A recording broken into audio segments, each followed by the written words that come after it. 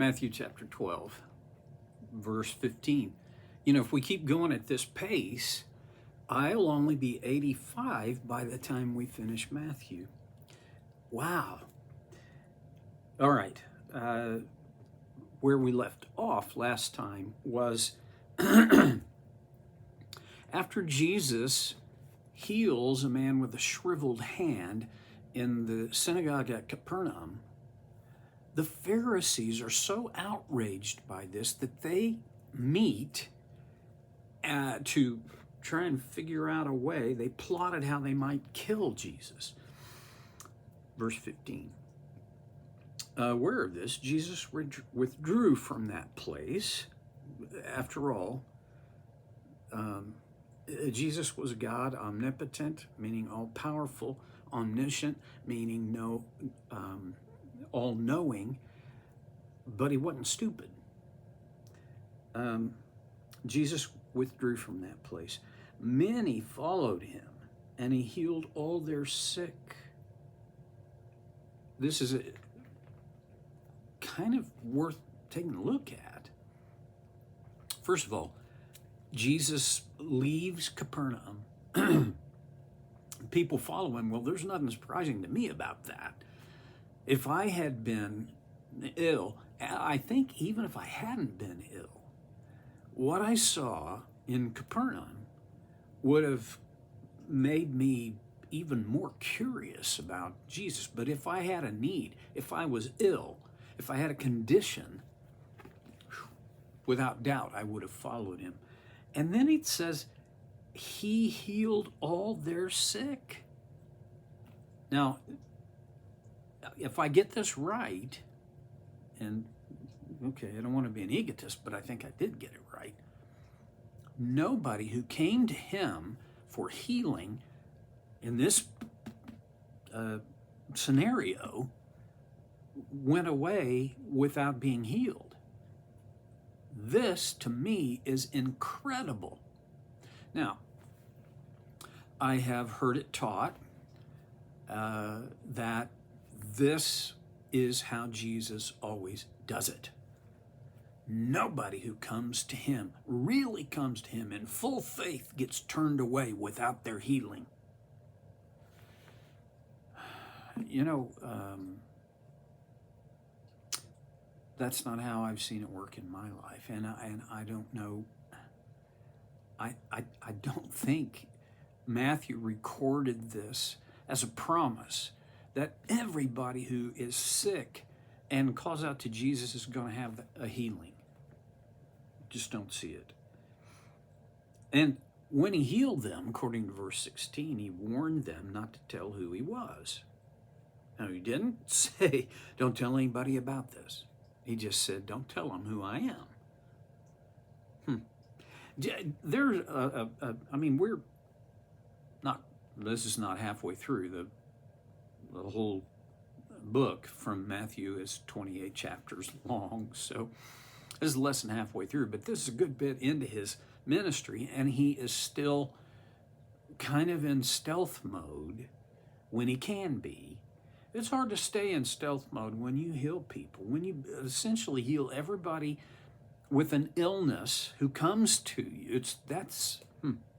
And I kind of put myself in the sandals of these healed folks, and I'm thinking, I don't know if I'd be able to keep it to myself. I mean, how'd this happen? Well, there was this guy,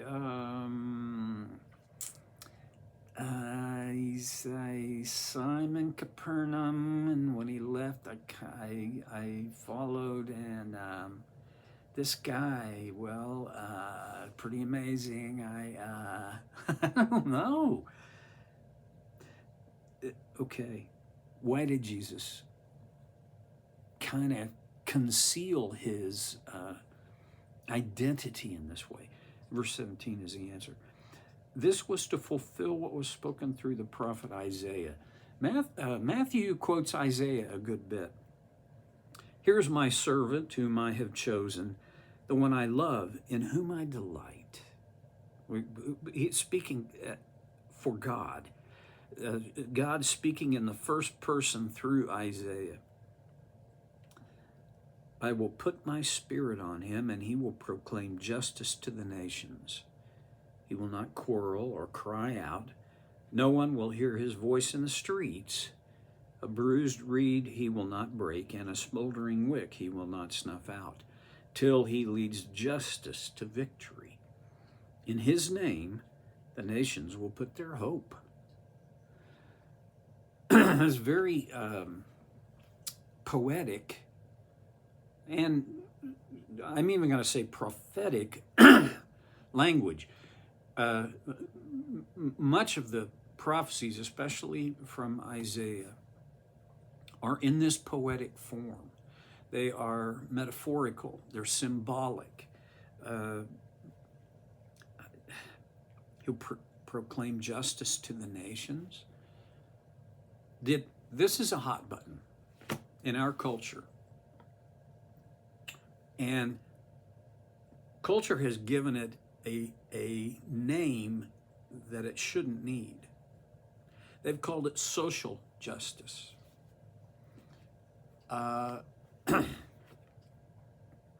If it's justice, then it encompasses social atrocities and withholdings and bigotry, and it's not about. I'm kind of up to here with the social justice thing. Look, can we just talk about justice?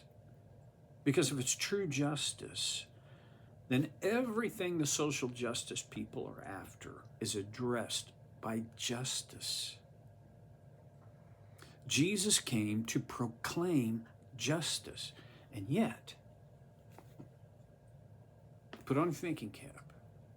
Review what you can of your understanding of the Gospels and your memory of what's in there. Did Jesus ever preach a sermon about justice?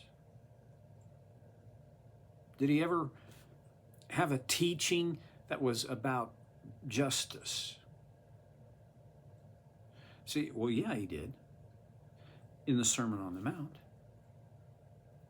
He said, you have heard it said, eye for eye, tooth for tooth. But I tell you, and then he flips it upside down. If someone strikes you on the left cheek, you turn to him the right. If you're compelled to carry a burden for a mile, you carry it for 2. Now, wait a minute. That's not what most justice seekers are after. A justice seeker is likely to desire, if somebody hits you on the left cheek, that gives you permission. Punch their lights out. If somebody makes you carry it a mile, you don't take it one step further. That's what most people, and I have to admit, I'm in that bucket. That's what I want justice to look like. I want the one who is in the wrong to suffer. I want to see their suffering. I want to know they were punished. That's what justice is. Jesus turns that view, which was the Hebraic view of justice, upside down. Okay. I like verse 21. This is a prophecy that has not yet been fulfilled. In his name, the nations will put their hope. You know, hope is such an interesting thing. Hope is about what we can't see. Hope is an element of faith, according to Hebrews chapter 11, verse 1. But in the world I'm living in, the nations have put their hope in lots of other things other than Jesus. If you're watching this, you know, in the time frame that I'm, you know, recording and then streaming them out, that's not really streaming, but I'm posting them up. We're in election season. Until after the election day in November, we're going to see somewhere between thousands and hundreds of thousands of television ads. We're going to hear it on the radio. We're going to see it on billboards. We're going to hear it talked about at the coffee shops. It's going to be ubiquitous. It's going to be everywhere. And the sides are chosen. I was going to say, I don't care who you vote for, but I really kind of do. It doesn't matter who you vote for in this sense. Whoever your candidate is, he or she, I suppose, even. Sorry, ladies, I didn't mean it that way. Be honest, I have a wife and 3 daughters. If any one of them would make a fabulous president, whoever your candidate is, they will not be able to bring peace to the world.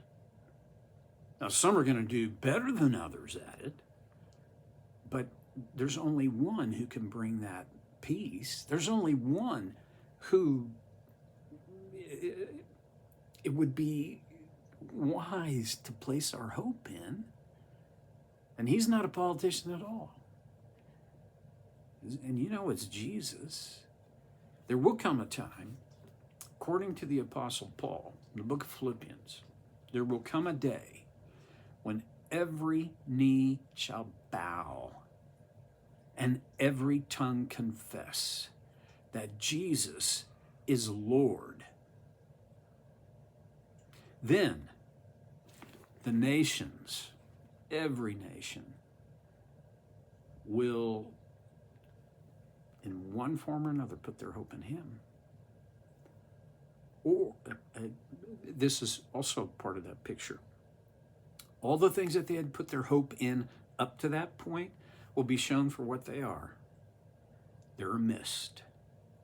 They're at the very best, they are an imitation of the real thing. And at their very worst, they're just another of Satan's schemes to draw people away from the one and only hope of the world. All right, now, I'm preaching to the choir. You know that already. All right, here's a challenge. Let's you and me, for the next, let's see, 4 months, 3.5, however many, let's make it our business to keep our hope where it belongs. Not in a political party, not in a political system, but in the one and only hope of the world, and that's in Jesus. Now, what would that look like? Now I've seen this in my social media feeds, so just shut up about it. If you're going to be a real Christian, don't post this stuff. Okay? Not there. What I am going to say, though, is maybe it would be much smarter for us to post in the Spirit of Christ. Listen, Jesus never treated wrong as though it were right. He spoke out against it. Can you? Can I? I think so. How we do that and the spirit in which we do that, that's the point here to me. This is not about me being right and getting my political candidate elected. This is about doing what I can to speak truth into a culture that has feasted on lies for so long. There's a lot of our culture doesn't even know the difference between true and false. And don't get me started, because I've got all kinds of conspiracy theories about it. All I'm saying is, can we please just act like people whose hope is Christ? I have a desire to see the election go one particular way. But whichever way it goes, my hope is in Jesus. Well, I mean, that's a challenge for me. I'm going to leave it at that, and I'll see you next time on Soul Care with Stevie.